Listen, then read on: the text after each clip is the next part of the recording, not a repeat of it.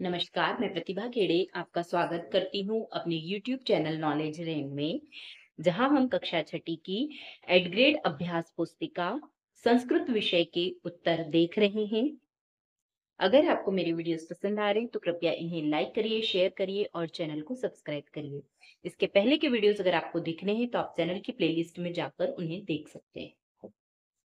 आज हम नवम पाठ उज्जयिनी दर्शनम के हल देखेंगे। प्रश्न नंबर 1 है बहुविकल्पीय प्रश्न। हाँ, एक प्रश्न के 4 विकल्प हैं, एक विकल्प हमें चुनकर लिखना है। प्रश्न नंबर 1 है हर सिद्धि मंदिरम अस्ति। हर सिद्धि मंदिर कहाँ है? मंदसौर नगरे, दतिया नगरे, उज्जैन नगरे या नर्मदापुरम नगरे। तो इसका सही उत्तर है उज्जैन नगरे। अगला है शिप्रा नदी अस्ति।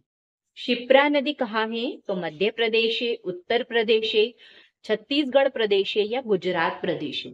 तो जो क्षिप्रा नदी है वो मध्य प्रदेश के उज्जैन में है, तो इसका सही उत्तर होगा मध्य प्रदेश है।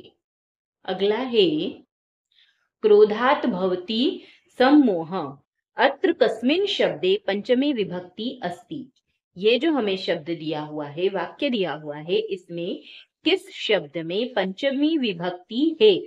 तो भवति इसमें नहीं है पंचमी विभक्ति।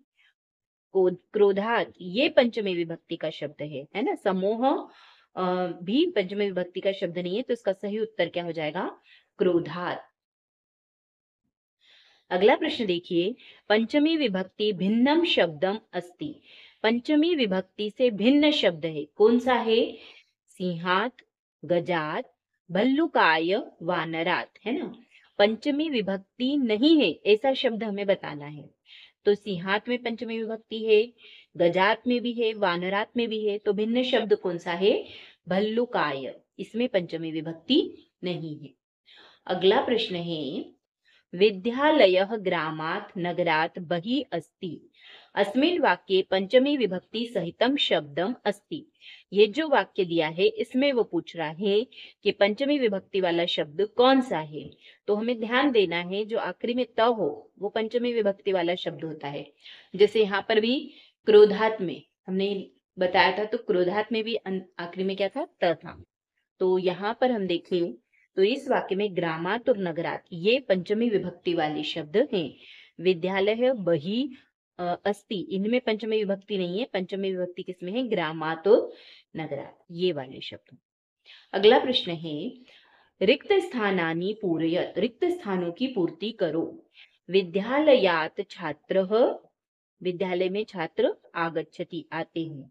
ज्ञानात बोधः भवति, ज्ञान से क्या होता है? बोध होता है। शुकात शुकाभ्याम शुकेभ्यः, ये शुक शब्द के तीनों रूप हैं।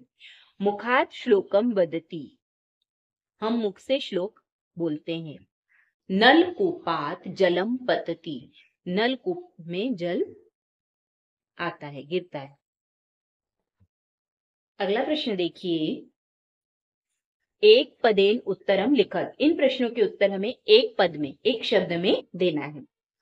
उज्जयिन्यां कस्य प्रसिद्धम दर्शनीयम स्थानम अस्ति। उज्जैन का कौन सा प्रसिद्ध दर्शनीय स्थान है? तो कौन सा है? मध्य प्रदेश से। अगला प्रश्न है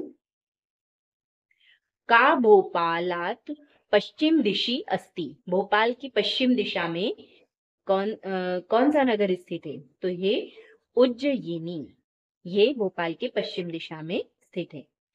सांदीपने आश्रमात जनाः कस्य इतिहासम जानन्ति। सांदीपनी के आश्रम में लोग किसका इतिहास जानते हैं? तो श्री कृष्ण से, भगवान श्री कृष्ण का। अगला है जनाः कस्याम स्थानात् स्थानम गच्छन्ति। पंचक्रोशी यात्रायाम, है ना, इसका उत्तर है पंचकोशी यात्रायाम। उज्जयिन्यां कदा देशभ्यः अपि जनाः आगच्छन्ति। उज्जैनी में कब विदेशों से भी लोग आते हैं? तो कब आते हैं? कुंभ पर्वणि, कुंभ के पर्व के समय विदेशों से भी लोग आते हैं। कालिदास मुखात कस्याः सौंदर्यम वर्णितम अस्ति। कालिदास ने अपने मुख से किसके सौंदर्य का वर्णन किया है? तो किसके किया है? उज्जयिन्याः, उज्जैन के। महाकालस्य महिमा कथम वर्णिता? महाकाल की महिमा कहाँ कहाँ वर्णित है? तो आकाशे मृत्युलोके, आकाश से लेकर मृत्युलोक तक महाकाल भगवान की महिमा वर्णित है। प्राचीन कालात किम संस्कृत विद्या केंद्रम अस्ति? प्राचीन काल में संस्कृत का विद्या केंद्र कौन था? तो उज्जयिनी क्षेत्रम, उज्जैन क्षेत्र जो है वो वहां पर विद्या का केंद्र था प्राचीन काल में। अब अगला प्रश्न है दीर्घ उत्तरम लिखत। इन प्रश्नों के हमें बड़े उत्तर लिखना है। प्रश्न नंबर 19 है पंचमी विभक्ति दश शब्दानां लिखत। पंचमी विभक्ति के 10 शब्द लिखना है। जैसे भोपाल है तो भोपाल का भोपलात, भोपालात है ना।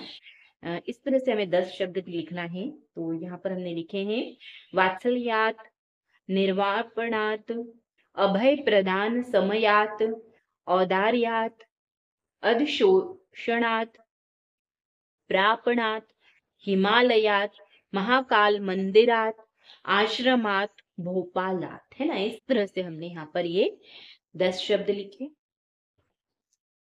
अगला प्रश्न है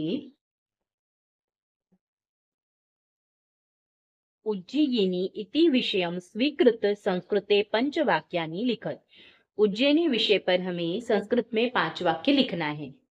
तो पहला है उज्जयिनी भोपालात पश्चिम दिशि अस्ति। उज्जैनी भोपाल के पश्चिम दिशा में है। उज्जयिनी मध्य प्रदेश से प्रसिद्धम दर्शनीय स्थानम अस्ति। उज्जैनी जो है वो मध्य प्रदेश का प्रसिद्ध दर्शनीय स्थान है। उज्जयिन्याः सर्वेषु भागेषु रमणीय स्थानानि सन्ति।